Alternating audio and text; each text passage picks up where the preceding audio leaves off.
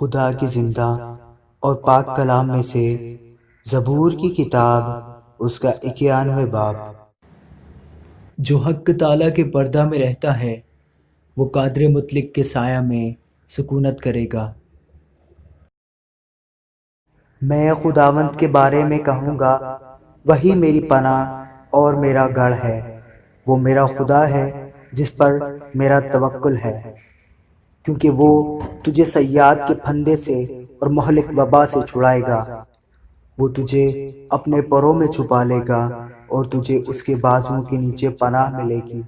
اس کی سچائی ڈھال اور سپر ہے۔ تو نہ رات کو ہیبت سے ڈرے گا، نہ دن کو اڑنے والے تیر سے، نہ اس وبا سے جو اندھیرے میں چلتی ہے، نہ اس ہلاکت سے جو دوپہر کو ویران کرتی ہے۔ تیرے آس پاس 1000 گر جائیں گے اور تیرے داہنے ہاتھ کی طرف 10,000، لیکن وہ تیرے نزدیک نہ آئے گی۔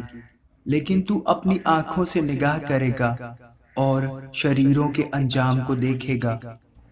پر تو اے خداوند میری پناہ ہے، تو نے حق تعالیٰ کو اپنا مسکن بنا لیا ہے۔ تجھ پر کوئی آفت نہ آئے گی اور کوئی وبا تیرے خیمہ کے نزدیک نہ پہنچے گی، کیونکہ وہ تیری بابت اپنے فرشتوں کو حکم دے گا کہ تیری سب راہوں میں تیری حفاظت کریں۔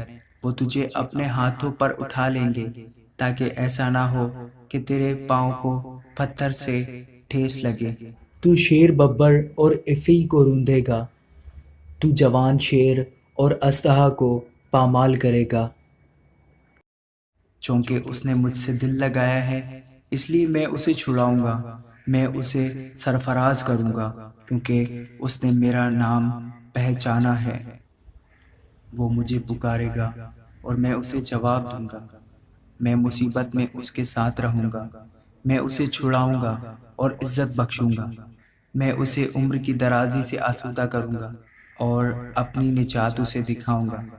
آمین۔